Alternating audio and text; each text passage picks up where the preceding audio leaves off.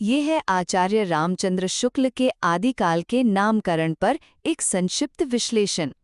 आचार्य रामचंद्र शुक्ल, जो हिंदी साहित्य के एक प्रमुख इतिहासकार हैं, उन्होंने कहा था, आदिकाल का नाम मैंने वीर गाथा काल रखा है। तो आइए समझते हैं उनके इस प्रसिद्ध मत का आधार क्या था, जो हिंदी साहित्य के प्रथम युग यानी संवत 1050 से 1375 विक्रम संवत पर केंद्रित है।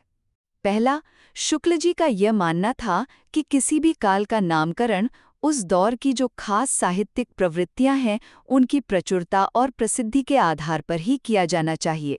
दूसरा, उन्होंने आदिकाल के नामकरण के लिए उस समय की 12 प्रमुख पुस्तकों को अपना आधार बनाया।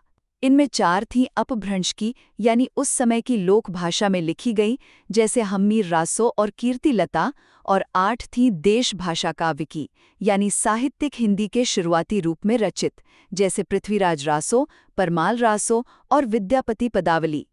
तीसरा, शुक्ल जी ने ये पाया कि इन 12 रचनाओं में से ज्यादातर वीर गाथा वाले ग्रंथ ही हैं।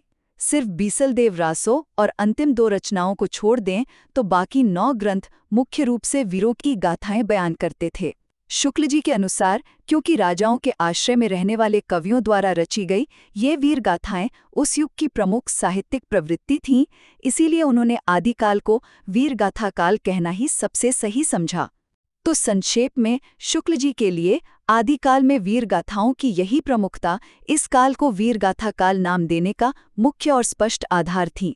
आचार्य शुक्ल के हिंदी साहित्य पर और गहराई चाहिए तो हमारी हिंदी साहित्य पर आधारित प्लेलिस्ट फॉलो करें और चैनल को सब्सक्राइब करना न भूलें।